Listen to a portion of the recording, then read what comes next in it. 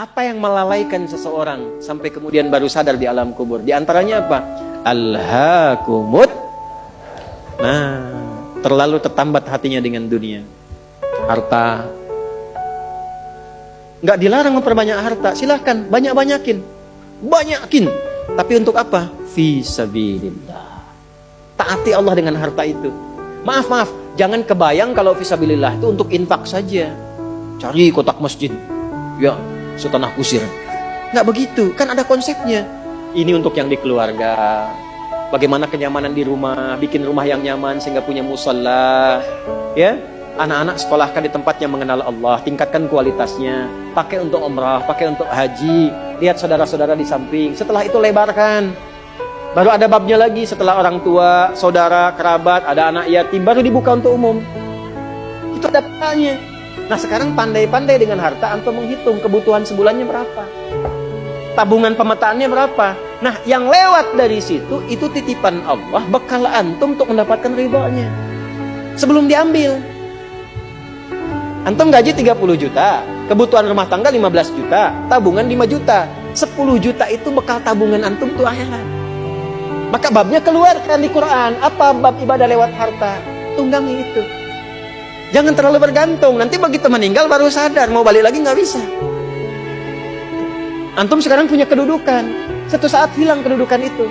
Pelajari bab tentang fikih kedudukan. Bagaimana menaati Allah lewat kedudukan. Bikin kebijakan yang baik. Sebelum meninggal.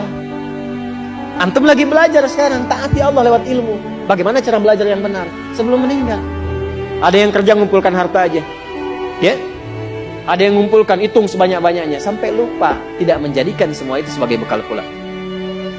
Selanjutnya Al-Adiyat ayat 9. Afala ya'lamu idza bu'athira ma fil wa husila ma fis. Ini untuk pelaku maksiat. Yang banyak berbuat maksiat.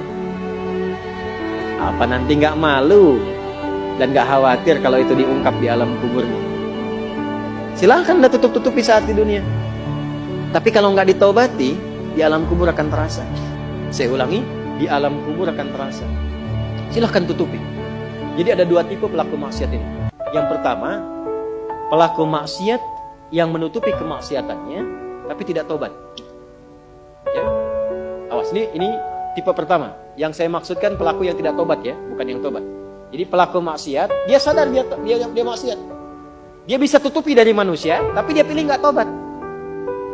Nah ini nanti akan diungkap di alam kubur dan diberikan satu muqaddimah azab nerakanya. Yang kedua, pelaku maksiat yang sadar dengan maksiatnya dan secara terbuka dia bermaksiat karena merasa kuat dengan menunaikan mengerjakan perbuatan maksiat itu. Ya, nah itu dua tipe seperti itu. Turunlah kemudian surah Al-Adiyat ini salah satunya. Afala ya'lamu idza bu'athira ma fil wa husila ma fis, akan diungkap suatu saat. Walaupun Anda tutupi.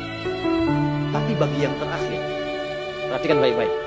Bagi yang merasa nyaman dengan kekuatannya, baik itu kedudukan ataupun harta, sehingga terang-terangan berbuat maksiat dan merasa tidak ada yang mampu untuk mencegahnya, itu saat masuk umurnya langsung ditampakkan neraka pagi dan petang.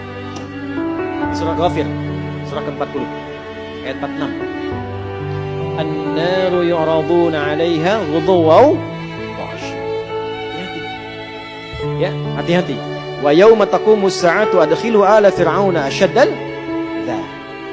Jadi maaf orang-orang yang maaf sekali gemar mengumpulkan hartanya untuk pamer saja, untuk mengoleksi dunia, tak pernah punya visi hidup untuk pulang, maka mesti hati-hati. Alhaakumut takatsur. Orang yang maksiat terbuka gak mau sadar mesti hati-hati ya, karena cara pulangnya itu berbeda.